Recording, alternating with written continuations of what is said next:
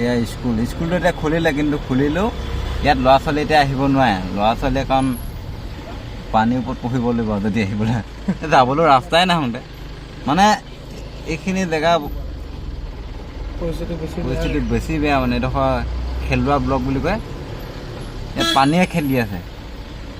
গৰু ছাগলী চব ইয়াত কিন্তু মানুহৰ ঘাঁহ বন দিছে বাৰু, মানুহে খেৰ দি আছে।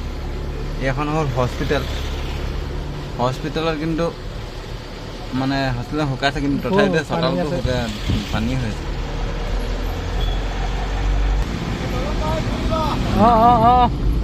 নামঘৰটো ওলালেগে, কিন্তু অৱস্থাটো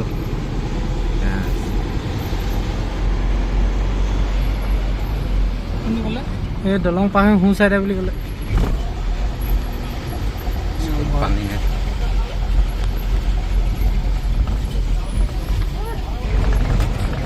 এয়া খেলুৱা ব্লকৰ গাঁওখন এই মানে সাগৰে হৈ আছে। পথাৰখন এতিয়াও নৈ হৈ আছে, মানে সাগৰৰ নিচিনা দেখিছে। ময়ো বাহিৰলৈ নেদেখা মানুহখনক বৰ শুকাইছে পাইছে। ইয়াত বস্তু পাতি দিবলৈ আহিছে। ৰাস্তাৰ ওপৰত পানী উঠুং গৈ আছে। ৰাস্তা ঠিক নহয় এতিয়া মানুহৰ অৱস্থা বেয়া। বৰ খাহলীয়া নাযাব, সোমাই যাব।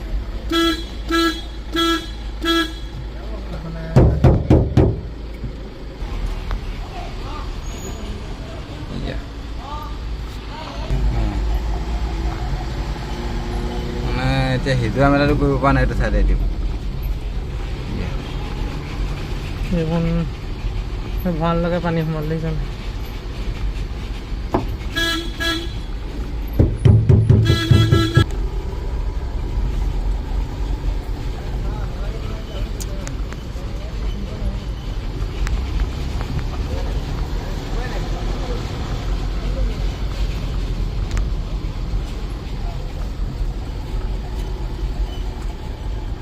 হাঁহ পুহিবলৈ ভাল হ'ব।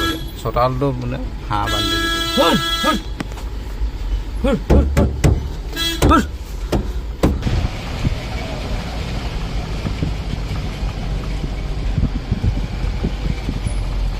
ৰাস্তাত তম্বু তৰিছে। ইয়াত মানুহ থাকিছিলে, এতিয়া গৰু আছে আৰু সেই মানুহ ঘৰ আহি পাইছেগে, মানে আধা ঘৰটো লুকাই গৈছে। এতিয়া শুকাইছে আৰু